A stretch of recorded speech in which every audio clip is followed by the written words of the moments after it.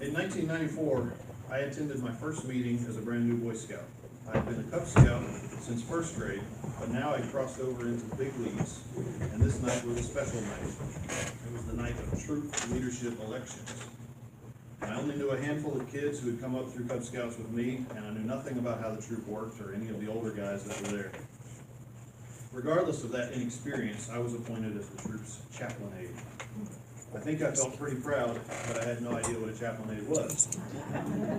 As time went on, I learned that my job was basically to assist the scoutmaster with the Sunday service on camping trips. That did not seem too difficult, since the scoutmaster was basically picked out what I was to read, and I just had to read it in front of the others. The problem was that I had no idea what I was reading, and I certainly didn't have any feelings for it. Can we advance? Yep. You could advance one. So as you just heard the scout oath, this is kind of the, awesome, thank you. This is what we say. We say this at every scout meeting. We say it on camping trips. This is one of the things that we live by. On my honor, I will do my best to do my duty to God and my country and to obey the scout law, to help other people at all times, to keep myself physically strong, mentally awake, and morally straight. So pay close attention to that first part. On my honor, I will do my best to do my duty to God. And that's kind of what we're talking about today. I was not raised in a religious family. We went to church only very occasionally, and that was only for an Easter or a Christmas service. And even then, it was really just because we had to go with grandma or go with our neighbor. My family did not raise me and my siblings as anti-religious. It just wasn't something that we gave attention to. If you had asked me when I was a teenager, I would have said I was an atheist, or maybe even an agnostic. But I think a better definition for me as a youth would be a naive theist. I don't know if that's a word, but it makes the most sense to me, because I had no real knowledge of religions or gods, only what I picked up in passing. I took Latin all 4 years of high school, so I probably knew more about Greek and Roman gods than I did about any other god. And to me, they were just interesting stories. I also didn't really care much. Religion wasn't a priority for me at all. As a scout, I recited the Cub Scout Promise and later the Scout Oath and the Scout Law, but I never really knew what duty to God meant for me. I was too busy being a kid and doing other things like hacky sack and video games and camping trips and sleeping over at friends' houses and just all the things that kids are supposed to do. I never got in any real trouble because the scouts helped to keep me in line, along with my parents, of course. Religion was just something that other kids had been taught by their parents and something that I was not that interested in. So you might wonder, how could I have been a scout from first grade all the way through 12th grade and earning my Eagle Scout award if I didn't believe in God? It really wasn't that hard. One part of the scout law that has always stood out to me, even in my youth, is the last point. A scout is reverent. The official definition from the Boy Scouts of America, a scout is reverent. A scout is reverent toward God. He is faithful in his religious duties. He respects the beliefs of others. So the part that I focused on the most was the last part. He respects the beliefs of others. That's how I observed my duty to God. My duty was to other people's gods. Even if I didn't have a God for myself, my duty was to respect how everyone else around me felt and how they believed. I had never spent any time trying to figure out what my beliefs were, but I knew that it was critical that I respect what other people believed. I learned that from my family. I learned that from scouts, respect for what other people believed. I was doing my duty to their God by not passing judgment on them. After all, how could I know which one was right and which one was wrong? How can any of us know that? So should I have been allowed to remain in the Boy Scouts if I didn't believe in a God for myself? That's a fair question, and it's a very interesting one to answer. And the answer changes every day that I learn something new about my own organization. As the Boy Scouts of America puts it in the Declaration of Religious Principle, this is something that is on the youth and adult applications when you register. The Boy Scouts of America, therefore, recognizes the religious element in the training of the member, but is absolutely non-sectarian in its attitude toward that religious training. Its policy is that the home and organization or group with which the member is connected shall give definite attention to religious life. And more importantly, is what happens on the ground. The only time that duty to God really comes up as a question to a scout is when they're being advanced, specifically when they are becoming an Eagle Scout. Because one of the questions that an Eagle Scout candidate is asked is, how do you do your duty to God? Not do you believe in God? They're not allowed to ask that. If any of my scouts has ever asked that, there will be a conversation, because that's not allowed. The question is, how do you do your duty to God? And this is the answer from the Guide to Advancement. Boy Scouts of America does not define what constitutes belief in God or practice of religion. Neither does the BSA require membership in a religious organization or association for membership in the movement. If a scout does not belong to a religious organization or association, then his parents, or her parents, or guardians, will be considered responsible for his religious training. All that is required is the acknowledgement of belief in God as stated in the Declaration of Religious Principle and the Scout Oath, and the ability to be reverent as stated in the Scout Law. What you'll see further in that Declaration of Religious Principle is that the BSA does not define the word God. The individual can define that word however they like. And that's where it really hits home. It's how do you define God? And that's where we have the problem of people making the assumption, and it's an easy assumption to make, that you cannot be an atheist in the Boy Scouts of America, because atheists don't believe in God. So the real question is, as an atheist, if you're a scout or a leader, when someone says, how do you do your duty to God, do you answer simply, well, I don't believe in God? If that's all you can give it, then you probably can't be a scout or a leader. But we'll talk a little bit more about what that really means. And everything that I say is my interpretation, but it is backed up by official BSA policies. It's just most people don't dig that deep because most people have other hobbies, right? So the BSA has not, still does not define what God means, only that you define it for yourself and give proper attention to whatever that means. Even now, the Boy Scouts of America allows scouts and leaders in Unitarian Universalist congregations to claim humanism, the results of science, and love eternal as methods of giving attention to the spiritual aspect of life. That, I don't know if anybody else in the room understands how monumental this was in March of 2016 when this agreement was signed. In the late 90s or 2000, somewhere around there was a partnership between the BSA and the Unitarian Universalist Association, and it ended. And it was because we had a lot more controversial policies. You were not allowed to be an openly homosexual youth or leader. You couldn't be transgender. And you had to believe in God, or at least as it is now, we'll describe further. So the Unitarian Universalists went their own way. In March of 2016, that relationship was renewed, and it was renewed with a very incredible agreement. And this is just part of it. I invite you, and I'll send it to anybody who wants to read the whole thing. But this is just part of it.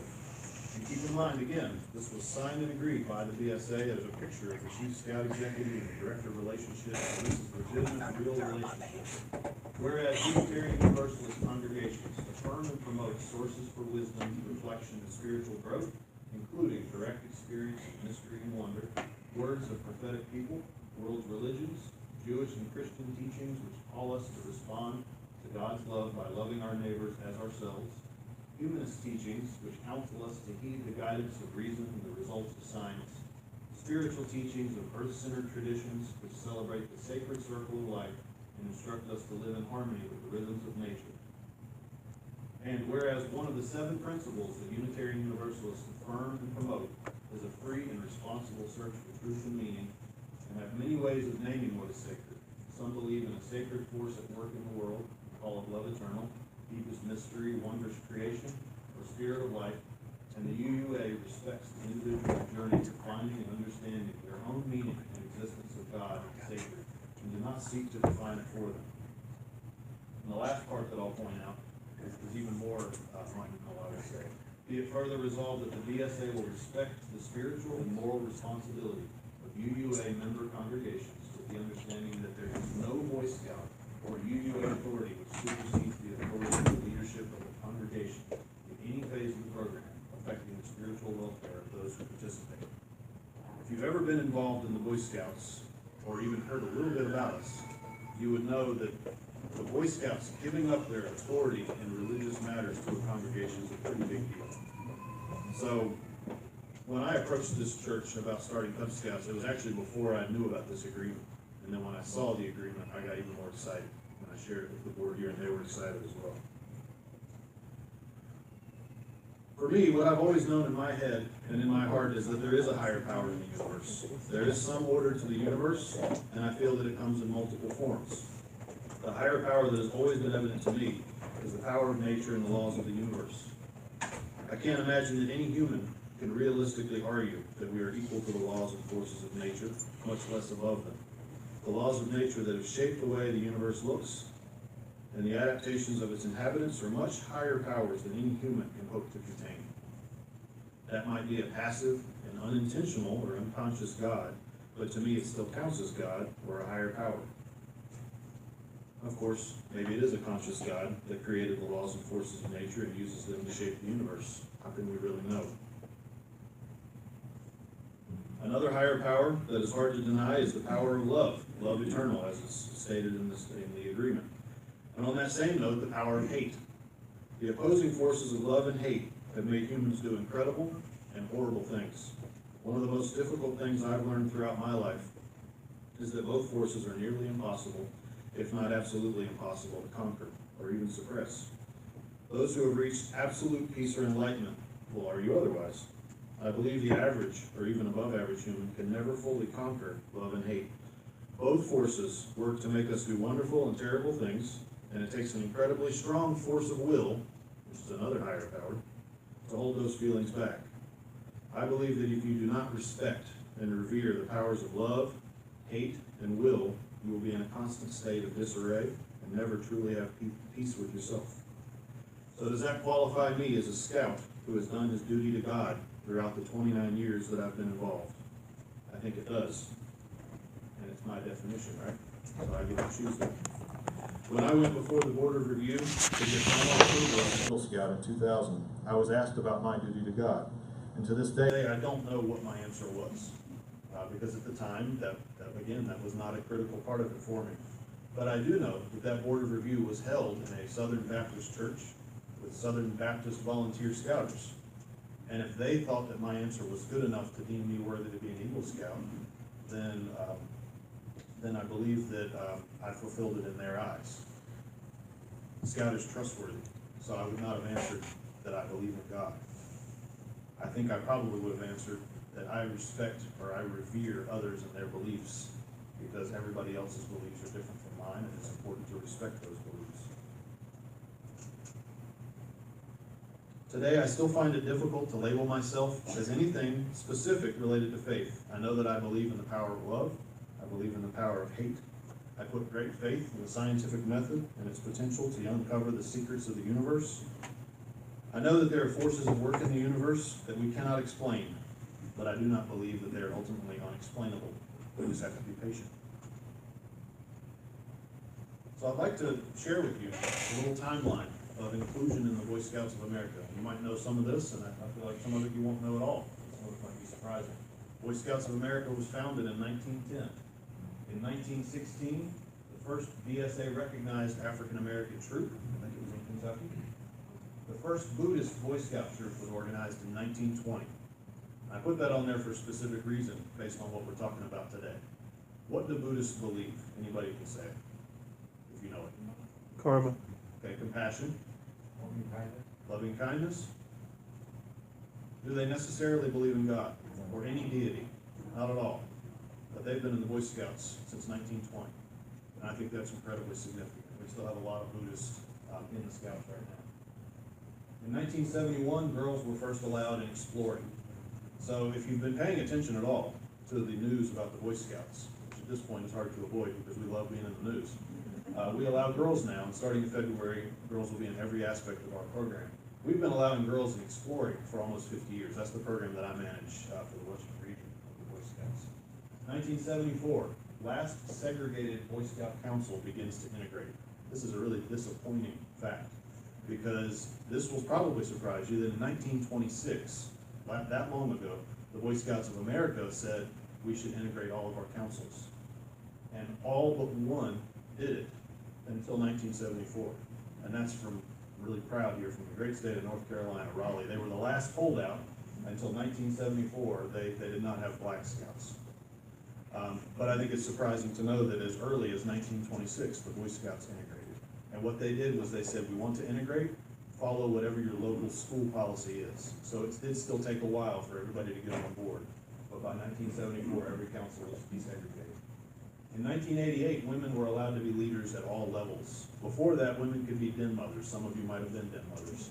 But you could not be a scoutmaster, you could not be a volunteer on the district or the council level until 1988. That's significant to me, because I was in 2 Boy Scout troops, and the second one that I joined was in 1997, and I joined it because of the scoutmaster, who was a woman. I met her at camp, we were already looking for another troop, and she was incredibly inspiring to me. So she saved my scouting career.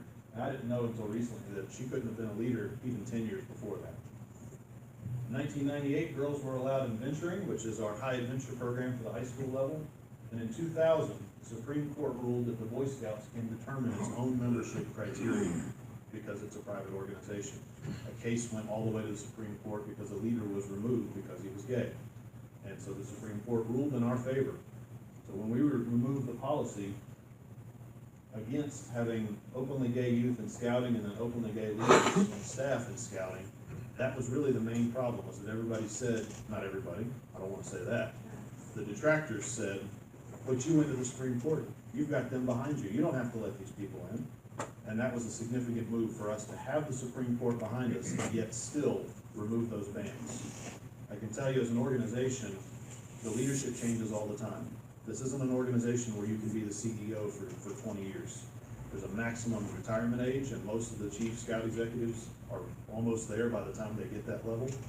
So the leadership's changing all the time, and that's why we've been able to make these changes. So in 2013, the executive board voted to end the ban against openly gay youth in scouting. It didn't take effect until January 1st.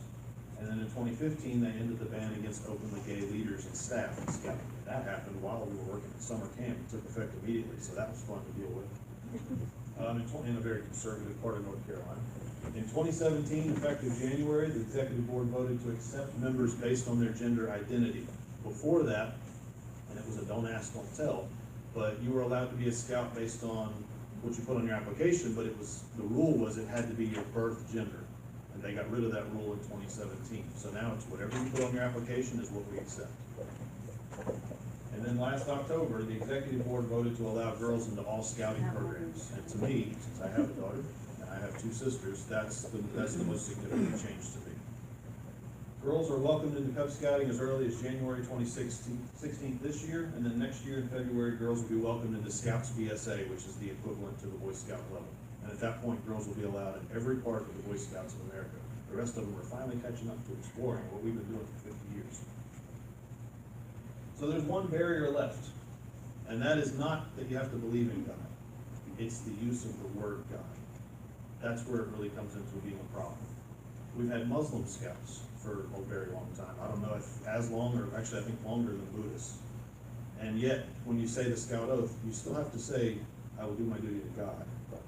So it doesn't matter what God means. You're allowed to define that for yourself, but we are still requiring people to use that word. So the real problem with whether or not I can be a scout or you can be a scout is, are you comfortable using the word God to describe whatever it is you believe? That's the real problem. So that's the last barrier, because you can come into scouting and not believe in God. As long as you're okay using that 3-letter word to describe what you do believe in or what you do feel about the universe. Now for me, I think that requirement should be removed, because it is a little bit exclusive, because some people are not comfortable using that word. But as it is, the requirement for faith is not nearly as hardcore as everybody would assume. You have to really dig into it. So what can we do to impact the future of inclusive scouting? Every chartered organization in the Boy Scouts of America, and Pathways is a chartered organization, has a vote in local council business. That includes local policy decisions. Sometimes it also impacts national policy as well. When the discussion came up in 2013 about whether or not we would allow gay, it was just homosexuals, it wasn't youth or adult, it was just homosexuals, period. What was done was every local council, there are 270 or so of them, was given the opportunity to send their voting members to the national office and vote whether or not that would be changed. And so every chartered organization representative, which I am for this church, was invited to come and cast their vote. Should this ban be removed, or should it stay the same? And I didn't have a vote because I was a professional. Now I'm a professional and I have a vote. It's kind of nice. So that means that if anything ever comes up that we want to vote in, we have a vote. The problem is that most churches of any faith don't exercise that right. So it's left to the people who are just on the executive board. So I can tell you that whatever business comes up, I'll be there, but I will never vote without consulting with the parents of this PAC and with the board of the church and with the congregation if they'd like me to, because it's not my vote. It's this chartered organization's vote. So just know that. A lot of people don't know that. But when people complain that, oh, those top guys at National keep changing things without any input, it's not true. Every council in the country has at least one, if not 3 or 4 or 5, voting members on any national policy change. Just most don't exercise their right to do it. And that's where we have that problem all over, right? You can vote, but you just choose not to. It causes a lot of problems. Now, when this agreement was signed in 2016, the president of the UUA determined, because he had questions, mainly because we still use the word God, he had questions from UUA or from UU members, and said, this isn't good enough. Why are we building this relationship? And what he said was the best way to change this is to change it from the inside. That's usually the best way to do things. And that's the good thing, is that our leadership does change. Our voting members change all the time. It's not like the discussion we had about the NRA, where you have to be a member for X number of years, and then you might be allowed in, and then you be a member there before you might be given a vote. It doesn't work that way in the Boy Scouts. This church made me the voting member, and that's done. So it's very easy to do that. And what I would say is we need to recommend that other UU congregations start scouting programs, because most of them don't know about this agreement. And I've volunteered to the UUA. Please, if there's something I can do to get the word out around the country, to have more scouting programs in UU congregations, please let me do it, because most of them probably don't know about this. Has anybody heard in 2016, do you remember hearing anything about this agreement? I did, and I worked there, which is not unusual. But I think it probably wasn't publicized too much, because if you really dig into it, it might cause some strife with some of our other faith partners. But it's out there, and it needs to be publicized. So is a true scout one who believes in a particular religion or God? Maybe. I believe that a true scout is one who does his or her duty to God by respecting other beliefs and ideas, and one who knows the value of the never-ending search for knowledge and truth, whether that be spiritual, scientific, or a little bit of both. By the BSA's own policy, the word God can be defined by the individual. So whether your God is the Christian God, Allah, Gaia, Xenu, love, mystery, nirvana, or the natural laws of the universe, or any other interpretation you have, yes, you can be a scout or a leader. Yes, you can do your duty to God. And you can definitely show reverence to your God and the gods that others choose to believe in. As a lifelong scout, I will do what I have always done. I define God as the mysterious laws of the universe that guide and direct everything I see, and which I have no control over. I will do my duty to God by reminding myself that I do not and cannot know everything, and by remembering to always respect the beliefs of others, no matter how different they are from my own. I'd like to take a few minutes if anybody has any questions or any comments. Yes, sir. First of all, that was a great talk that you just gave. Thank you. Thank you. Yeah.